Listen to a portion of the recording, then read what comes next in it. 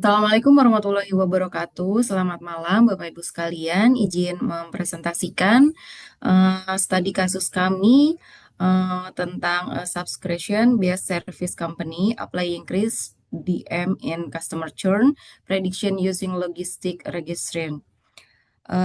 Kami dari kelompok 4, ada Mbak Betrik, Mbak Clara, dan saya sendiri, Fitria Santika Putri. Next. Agenda kali ini yaitu kita akan membahas untuk bagian saya pendahuluan, executive summary, introduction, urgensi dan pemecahan masalah. Next. Di sini kurang lebih digambarkan customer churn in subscription based telecommunication. Jadi kita akan melihat bagaimana customer churn di bidang telekomunikasi. Next.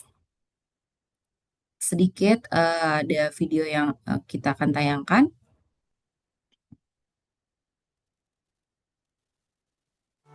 Hi, my name is Tarun, and in this video, we are going to talk about churn.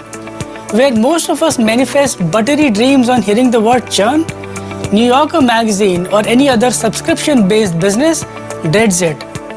The C word to such businesses suggests a rate of attrition when the customers decide against doing business with them. So if at the start of the month, New Yorker Magazine has 100 customers and 15 new signed up, but by the end of the month, they have only 110 customers, that means 5 customers have churned. Because the magazine had 100 customers at the start of the month and only 95 of those stuck around. The rate of churn for New Yorker Magazine would be 5%. Just as customers can churn a company by leaving it, revenues can churn too. Revenue churn is the loss of revenue that the company suffers due to cancellations. Customers churn for different reasons. 1. Intentional churn is when the customers choose to leave the experience with the brand. Perhaps a customer unsubscribed New Yorker Magazine that year because he was frustrated with the content, or now he preferred the competitor. The best way to find out why a customer cancels is by surveying them while the customer churns. Feedback through surveys can offer insights that may reveal problem areas that are otherwise obscure to the company. 2. Besides, a customer may churn involuntarily, meaning they may cancel their subscription because their card declined during payment. This can be handled by managing the billing software in such a manner that can retain information of these customers and then later send them reminders.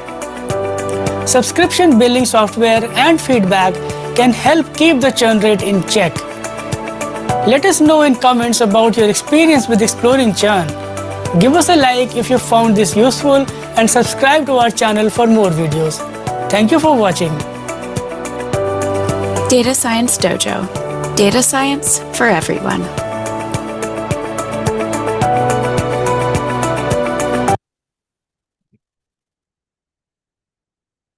Baik, itu sedikit gambaran tentang customer churn. Next.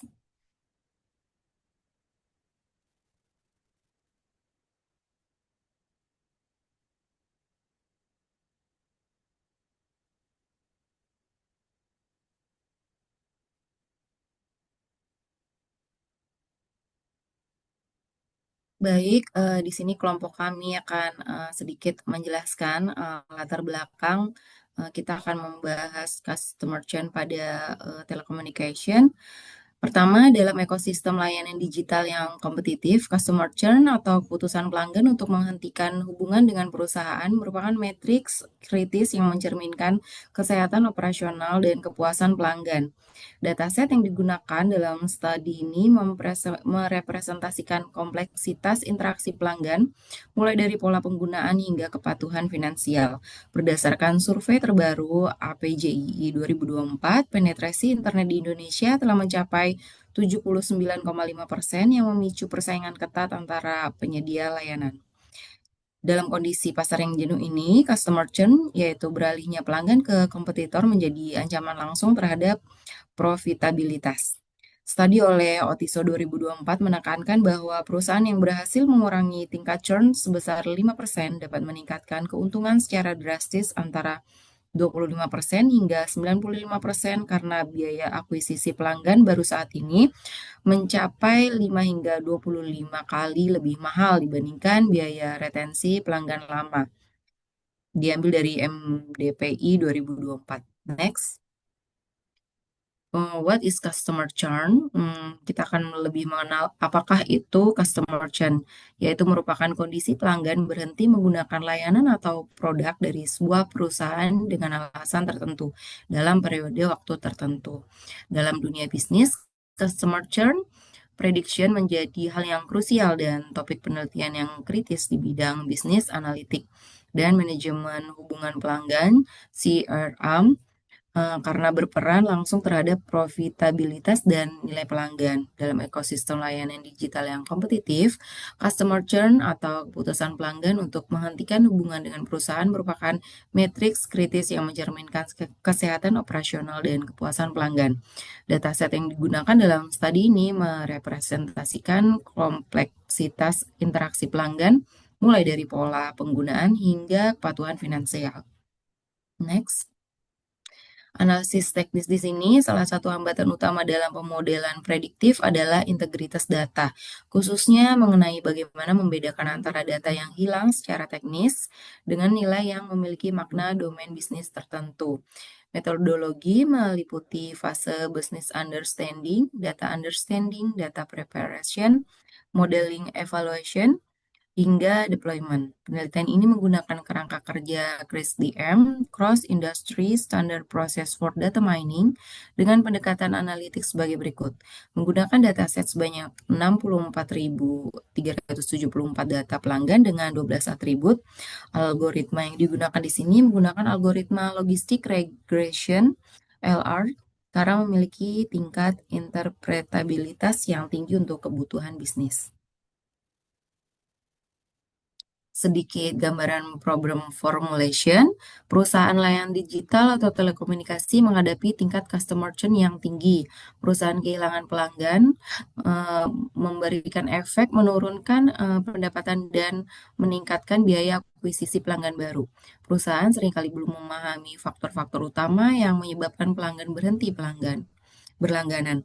Dan di sini dibutuhkan strategi retensi yang diterapkan kurang tepat sasaran. High level overview, transformasi analitik data menjadi ketahanan bisnis. Di sini, sisi bisnis, the economic of retention. Dalam ekonomi berbasis langganan, retensi merupakan penggerak laba yang lebih kuat daripada akuisisi. Mengacu pada riset Iqbal Safoli Wirayuda 2025 dalam Logic, Jurnal Penelitian Informatika mempertahankan hanya 5% pelanggan dapat meningkatkan profitabilitas hingga 95%. Laporan ini menyoroti bahwa churn bukan sekadar kehilangan angka, melainkan kehilangan customer lifetime value yang masif. Dan juga fenomena churn ini bersifat lintas industri. Sebagaimana dibahas oleh Pranav Kher and Sahil Arora tahun 2024 jurnalnya, dalam International Research Journal of Engineering and Technology, pada produk software as a service, kemampuan mendeteksi pola migrasi vendor sangatlah kritis. Pola yang ditemukan menunjukkan bahwa ketidakpuasan seringkali terdeteksi melalui sinyal perilaku, seperti tingginya support call, atau jenis kontrak pendek sebelum pelanggan benar-benar berhenti. Kemudian pendekatan dan temuan. Menggunakan kerangka kerja CRISP-DM, penelitian mengikuti alur standar industri, cross industry standard process for data mining, mulai dari memahami kebutuhan bisnis hingga penerapan model. Masalah utama yang dipecahkan di sini, identifikasi dini ada 64.000 data pelanggan. Penelitian ini akan melihat bagaimana membangun sistem identifikasi yang mampu mendeteksi sinyal-sinyal pelanggan yang berpotensi churn pada tahap awal sebelum mereka benar-benar memutuskan layanan tersebut. Next. Di sini sedikit gambaran sisi bisnisnya seperti apa. Nilai ekonomis pelanggan, keberlanjutan bisnis modern sangat bergantung pada pendapatan berulang. Sebagaimana dijelaskan pada jurnal peneliti Firmansyah N. Agus Yulianto, churn merupakan kebocoran dalam pipa pendapatan yang harus segera ditambal untuk menjaga stabilitas arus kas. Data operasional kami memperkuat teori ini. Pelanggan yang melakukan churn memiliki frekuensi penggunaan layanan yang lebih rendah dibanding mereka yang bertahan. Penurunan penggunaan ini merupakan sinyal awal early warning sebelum terjadinya pemutusan layanan secara total. Next. Urgensi pemecahan masalah. Tanpa pemodelan prediktif yang akurat, perusahaan akan terus bersikap reaktif. Dengan memanfaatkan data science, perusahaan bertransformasi menjadi organisasi yang berbasis data atau data driven, di mana setiap kebijakan retensi didasarkan pada bukti empiris untuk menjamin keberlangsungan bisnis dalam jangka panjang di tengah persaingan pasar yang sangat ketat. Selanjutnya, CRISP-DM, Cross Industry Standard Process for Data Mining, akan dijelaskan oleh Kak Betrik. Ya, terima kasih Kak Santika. Untuk berikutnya kita akan membahas framework yang kami gunakan dalam penelitian kami, yaitu CRISP-DM atau Cross, mungkin sebelumnya bisa ditayangin ke Clara. Oke, jadi framework yang kami gunakan adalah Cross Industry Standard Process for Data Mining. Nah, untuk prosesnya sendiri dari tahapan awal adalah business understanding, kemudian data understanding, kemudian ada data preparation, ada modeling, ada evaluation, kemudian ada tahap yang terakhir yaitu deployment. Next. Nah, untuk business understanding-nya, kita akan membahas beberapa hal secara bertahap yaitu dari konteks bisnisnya. Jadi bisnis yang kami angkat atau perusahaan yang kami angkat sebagai studi kasus kami di sini adalah perusahaan yang bergerak di bidang telekomunikasi yang berbasis langganan atau subscription based digital services. Nah, perusahaan yang seperti ini cenderung atau umumnya memiliki ketergantungan terhadap retensi pelanggan yang menjadi sumber utama pendapatan perusahaan mereka dalam jangka panjang. Nah, dengan adanya kehadiran customer churn atau kondisi customer churn, di mana ini adalah fenomena customer memutus hubungan secara total atau berhenti berlangganan dari perusahaan, ini tentu memiliki dampak yang sangat signifikan terhadap perusahaan, mulai dari sumber pendapatan perusahaan akan berkurang, kemudian harus mengatur strategi dalam mengakuisisi customer baru, yang mana untuk biaya mengakuisisi customer baru itu tidak murah ya, tentunya sangat tinggi dibandingkan retensi pelanggan. Nah, kemudian untuk bisnis problemnya di sini kami mengidentifikasi bahwa perusahaan ini tidak memiliki ketidakmampuan dalam mengidentifikasi mana pelanggan yang berpotensi churn dan mana yang tidak secara dini. Jadi tidak ada early warning systemnya karena tidak ada proses analitiknya. Kemudian untuk berikutnya yang kita identifikasi adalah data belum sepenuhnya dimanfaatkan secara optimal untuk pengambilan keputusan strategis berbasis analitik. Next. Nah, untuk problem statement yang sudah kami rumuskan, di sini ada 3. Jadi dari hasil penelitian kami menghasilkan yang pertama adalah sistem kami dapat menghasilkan model prediktif yang dapat mengidentifikasi mana pelanggan yang mengalami churn dan mana yang tidak. Dan kami juga dalam proses penelitian kami menghasilkan nilai probabilitas yang bisa mensegmentasikan mana customer yang masuk dalam kelompok high, mana yang masuk ke dalam medium, dan mana yang masuk ke dalam low. Kemudian diharapkan ketika model prediktif kami mampu mengidentifikasi mana yang churn dan tidak, otomatis dapat membantu perusahaan dalam menentukan strategi keputusan mereka untuk upaya preventif dan mitigasi resiko ke depannya, sehingga churn rate-nya dapat diminimalisir. Next. Untuk bisnis objektivitas, di sini kami bagi menjadi 4. Yang pertama, mengurangi tingkat customer churn melalui pendekatan prediktif dan berbasis data, sehingga melahirkan atau menghasilkan insight baru bagi perusahaan untuk mitigasi risiko ke depannya. Kemudian untuk mendukung perusahaan dalam mengambil keputusan tingkat korporasi dengan menyediakan informasi yang relevan dan dapat ditindaklanjuti. Kemudian ada yang ketiga, meningkatkan efisiensi strategi retensi pelanggan dengan memfokuskan dan melakukan intervensi pada pelanggan yang memiliki risiko churn yang tinggi. Nah, untuk mengidentifikasi untuk melakukan intervensi atau prioritas pelanggan yang memiliki churn tinggi, itu perlu adanya sistem yang mampu memetakan mana yang masuk ke dalam kelompok high eh, high risk, medium risk, dan low risk. Nah, dengan memetakan masing-masing pelanggan ke dalam 3 kategori ini akan menentukan perusahaan dalam mengambil pendekatan-pendekatan gitu. Kemudian yang keempat, meningkatkan kinerja jangka panjang perusahaan melalui optimasi nilai pelanggan customer lifetime values. Next.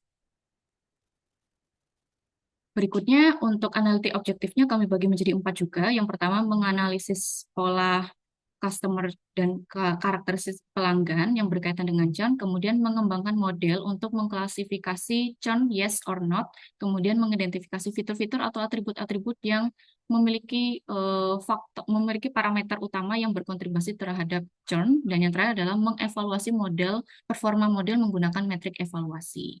Next. Untuk kunci suksesnya atau kriteria keberhasilannya di sini kami bagi menjadi 3. Untuk dari aspek bisnisnya ada yang pertama kemampuan dalam mengidentifikasi resiko churn, kemudian yang kedua adalah penentuan strategi retensi pelanggan berbasis data, dan yang terakhir adalah decision support di level manajerial. Next. Untuk dari aspek analytics-nya, di sini kita juga bagi 3, yaitu model performance and predictive accuracy. Jadi nanti ada nilai skor akurasinya, dan untuk menampilkan performa dari model yang kita buat. Kemudian untuk nilai keberhasilan berikutnya, itu dilihat dari apakah model dapat memiliki interpretasi bisnis yang dapat diterjemahkan, gitu, baik dari orang yang berasal dari teknis maupun tidak. Jadi ada nilai sisi bisnisnya yang dapat dijelaskan dan tidak black box. Kemudian yang terakhir ada actionable dan deployable insight. Jadi hasil analitik atau insight yang didapatkan itu dapat direkomendasikan sebagai upaya mitigasi dan implementasi lebih lanjut. Next. Untuk data understanding, di sini adalah tahapan di mana kita akan membedah satu demi satu atribut yang kami gunakan. Jadi ada 64.373 data yang kami gunakan dengan 12 atribut. Next. Untuk atributnya, di antara lain, di sini ada yang pertama customer ID, age, dan gender. Ini untuk profiling customer. Kemudian untuk parameter interaksi customer dengan perusahaan, di sini ada usage frequency, ada last interaction, ada support calls. Kemudian untuk parameter loyalitas pelanggan, di sini ada tenure. Kemudian ada aspek kepatuhan dan finansial, di sini ada total spend dan payment delay. Kemudian untuk produk yang ditawarkan, di sini ada atribut subscription type dan contract length. Dan yang terakhir adalah target labor kita, yaitu churn yes or not. Nah, untuk missing values dari data yang kami gunakan di sini 0, yang artinya data kami semuanya aman. Dan untuk konsistensi datanya, baik data yang variabel numerik maupun kategorikal, di sini konsisten sehingga dapat diinterpretasikan secara semantik. Nah, mungkin tadi tabelnya sedikit terpotong. Jadi untuk tipe data yang dataset yang kami gunakan di sini kombinasi, ada kategorikal dan ada tipe data yang numerik seperti itu. Next. Untuk data preparation ini sudah masuk ke proses miningnya. Lanjut. Untuk proses miningnya di sini, oke, jadi untuk data preparation di sini ada yang pertama filter selection, di mana ini adalah tahapan di mana kita memilih atribut mana saja yang digunakan dan tidak. Nah, untuk dataset kita untuk customer ID tidak digunakan karena untuk menghindari noise atau bias. Untuk data transformation ini adalah tahapan di mana kita melakukan normalisasi atau standarisasi pada data, di mana kita ini ada proses encodingnya, yaitu atribut-atribut yang bertipe kategorikal kita ubah atau kita convert menjadi integer atau numerik. Nah, kemudian untuk fitur scaling, di sini adalah tahapan di mana kita melakukan standarisasi variabel numerik, karena setiap variabel itu memiliki nilai angka yang berbeda-beda. Supaya sistem tidak salah menginterpretasi data, maka kita perlu namanya fitur scaling. Kemudian train test split, di sini kami membaginya menjadi 80 dan 20. Dan model trainingnya kami di sini menggunakan algoritma logistic regression. Next. Kita akan masuk ke tahap modeling. Jadi untuk modeling kita di sini menggunakan Google Colab dengan bahasa pemrograman Python. Nah, untuk dataset kita di sini customer churn CSV dengan data 64.374 dengan 12 atribut, dan kita juga melakukan importing library yang akan kami gunakan dalam proses analitiknya. Nah, untuk data head-nya di sini sebagai berikut. Jadi ada yang kategorikal dan numerik. Oke, untuk kategorikal dan numeriknya detailnya ada di sini. Jadi ketika dilakukan proses encoding, maka yang ditandai merah ini adalah tipe data yang kategorikal, yaitu objek, akan diubah menjadi integer semua supaya dapat diproses dengan baik dalam analitiknya. Next. Kemudian untuk feature scaling, jadi feature scaling ini adalah tahapan di mana supaya nilai dari atribut yang memiliki value yang besar tidak akan mendominasi proses pembelajaran model. Ya, jadi supaya merata. Seperti itu. Untuk modelingnya kita menggunakan logistic regression. Next. Nah, untuk hasil dari pemodelan kami, dari matrix evaluation kami, di sini menghasilkan untuk nilai true negatifnya ada sebanyak 5.929 data. Artinya, ketika sistem memprediksi customer itu, atau ketika sistem memprediksi 5.929 customer itu diprediksi loyal, dan prediksinya itu ternyata benar. Kemudian untuk false positif ini adalah sistem memprediksi sebanyak 864 customer diprediksi churn, tapi ternyata customer tersebut loyal. Kemudian untuk false negatif ini sistem memprediksi sebanyak 869 customer diprediksi loyal, tapi ternyata churn. Nah, kemudian untuk true positif, ini artinya ada 5.213 data yang berhasil diprediksi oleh sistem churn, dan itu ternyata benar. Nah, yang menjadi konsiderasi di sini adalah nilai false negatifnya yang 869 ini. Artinya ada sedikit error ya, maksudnya ada error, ada skor errornya di mana sebagian pelanggan itu tidak terdeteksi churn. Nah, ini yang menjadi alarm bagi perusahaan. Next. Di sini selain kita memprediksi 80%, selain kita mentraining data 80% dan mentesting datanya 20%, kita juga sistem kita juga menghasilkan nilai probabilitas yang mensegmentasikan customer dalam 3 golongan, yaitu high risk, medium risk, dan low risk. Untuk high risk nilainya 0,7 ke atas, sedangkan medium risk di antara 0,4 sampai 0,7 dan low risk di bawah 0,4. Next. Nah, untuk simulasinya di sini selain kita menggunakan dataset yang sudah ada, data model kami latih dengan data yang baru atau data dummy. Di sini kami buatkan 2 yang memiliki nilai atribut masing-masing yang berbeda. Nah, hasilnya sistem kami dapat mampu memprediksi 2 data berbeda ini dan mampu mengkategorikan 2 customer ini ke dalam kelompok risk churn yang berbeda. Next. Bisnis perspektif. Nah, untuk berikutnya kami serahkan kepada Kak Clara. Baik, terima kasih Kak Beatrick untuk bisnis perspektifnya. Sebelumnya tadi sudah dijelaskan oleh Kak Santika dan Kak Beatrick mengenai backgroundnya, teorinya, lalu business understanding, data understanding, dan metodologi untuk analisa datanya. Untuk yang sekarang kita akan coba dari sisi business understanding. Dari data yang tadi dijelaskan Kak Beatrick, kami bisa menganalisa bahwa customer churn dalam suatu data itu bisa diprediksi. Dari data yang sudah ada, sebelum churn itu terjadi, kami bisa memprediksinya eh, melalui 4 driver. Jadi ada 4 driver, yaitu yang pertama mengenai tenor. Tenor berarti pelanggan dengan masa berlangganan pendek paling rentan.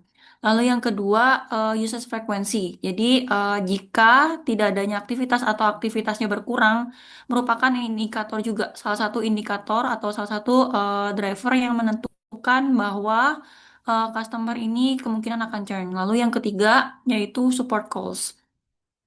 Support calls berarti sebelum customer itu churn, maka customer tersebut cenderung akan kontak ke call center atau support calls.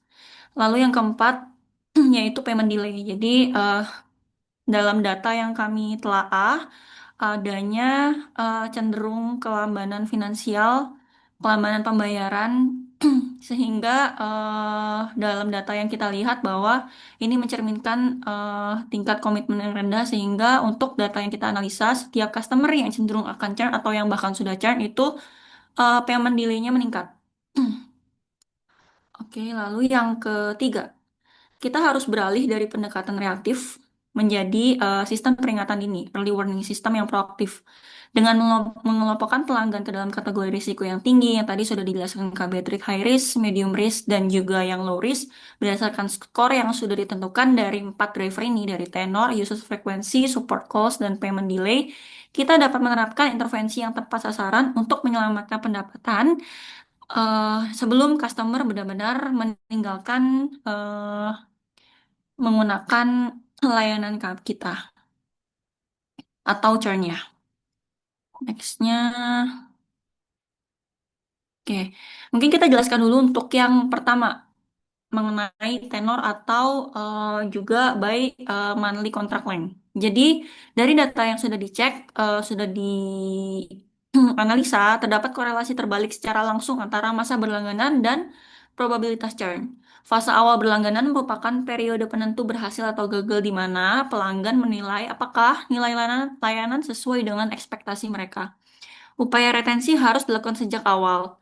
Kita tidak bisa menunggu hingga 1 tahun atau mungkin 2 tahun untuk mulai berinteraksi atau melakukan engagement dengan pelanggan. Jangan sampai ketika eh, customer mulai pergi atau customer sudah tidak memiliki harapan atau kepuasan terhadap layanan yang kita miliki, baru kita melakukan engagement.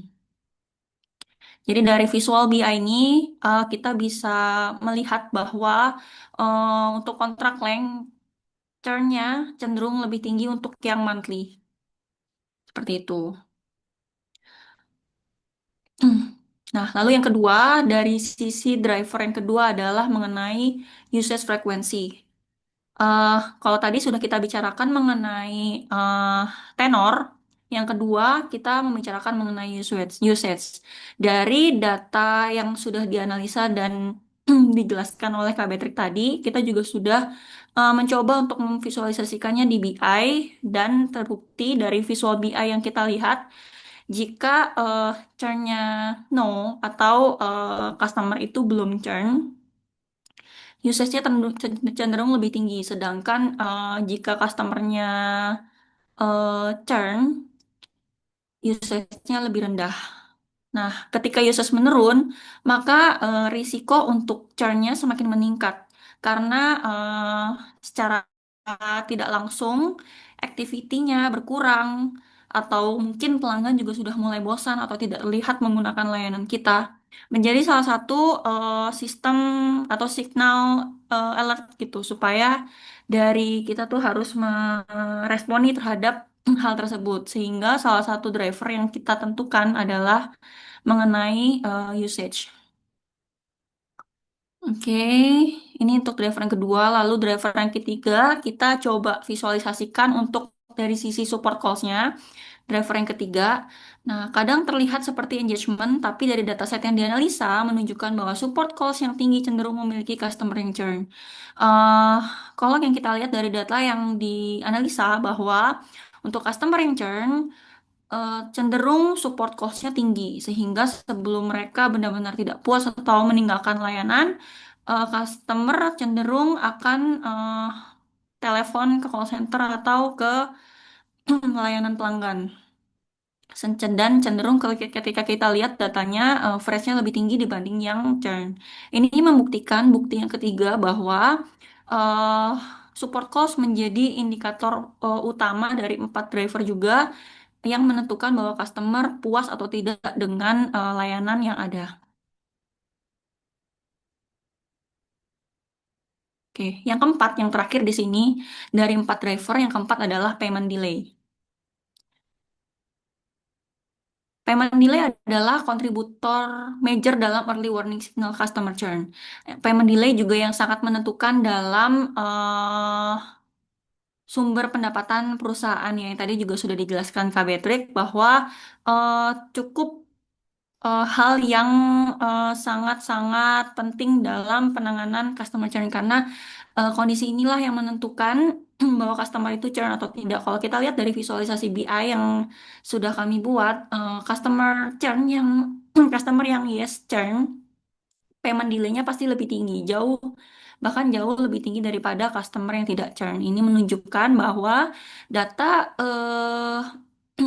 payment delay rata-rata yang ada dalam data kami 64.000 data, customer churn yes berarti average payment delay-nya cenderung lebih tinggi.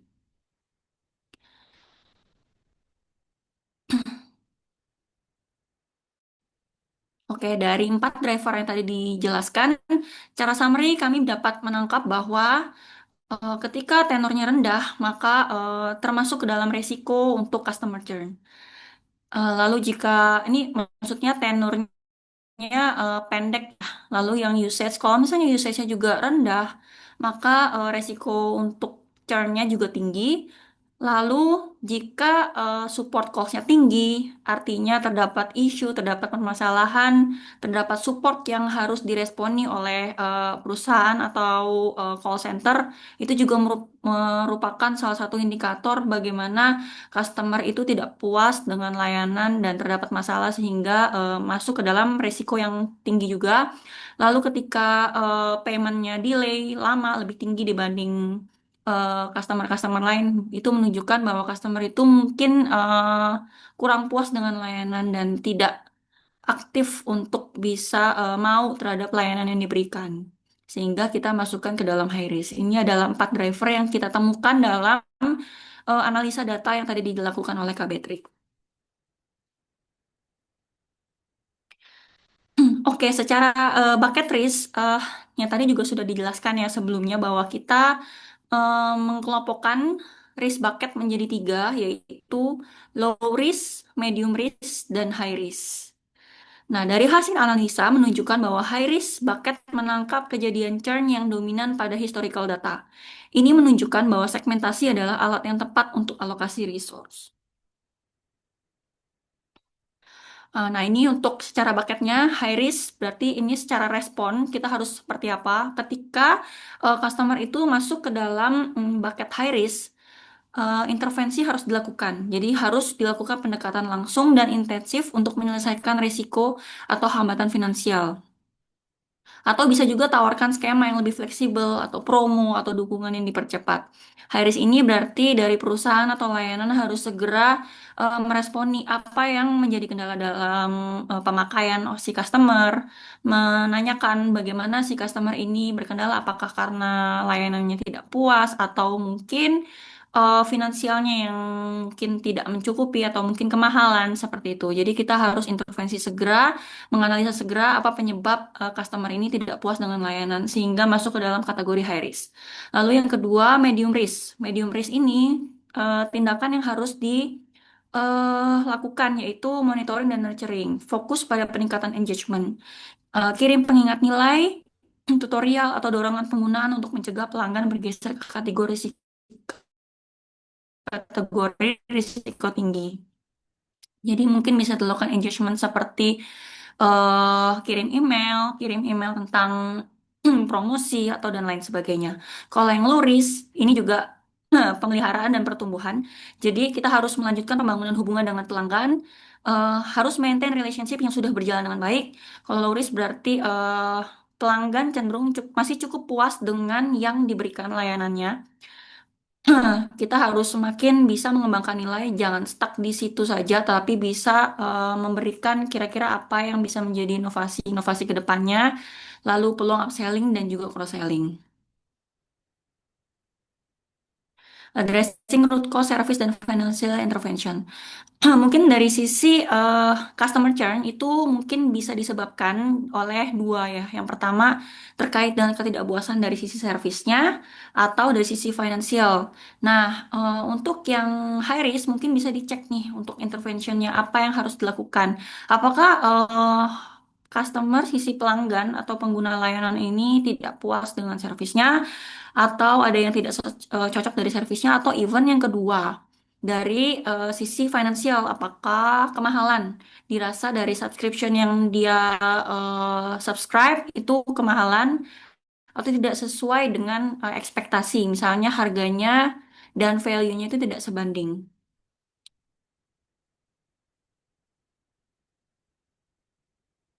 Nah, dari data driver, lalu dari 4 driver, lalu dari bagaimana kita melihat customer churn itu, lalu bagaimana cara menanggapinya, lalu bagaimana bucket-bucket sudah ditentukan dari high risk, medium, dan low. Kita bisa mengetahui bahwa data adalah hal yang utama. Seperti tadi sudah dilakukan dari kita untuk bisa analisa data supaya bisa menghasilkan analisa yang prediktif. Ini sangat-sangat berguna. Ini membuktikan bahwa data adalah hal yang utama dalam proses bisnis. Jadi tidak hanya sebagai pendukung, tapi bisa menjadi komponen utama dalam berlangsungan bisnis. Kalau kita lihat dari data, kita bisa mengetahui sebelum customer churn terjadi, kita bisa melakukan tindakan preventif. Kita bisa mengelompokkan resiko-resiko tersebut dari yang tadi high, medium, dan low. Kita bisa mengelompokkannya apa yang harus dilakukan sebelum customer ini churn. Bagaimana misalnya customer itu di low risk. Kita harus maintain supaya customer itu resikonya tetap dalam bucket low dan tidak naik ke medium dan tidak naik ke high. Jadi kita harus maintain masing-masing groupingnya ini. Bagaimana setiap data-data yang ada kita bisa manfaatkan supaya kita bisa mengambil keputusan. Bagaimana kita bisa meresponi setiap customer yang ada supaya tidak ada tindakan yang churn itu.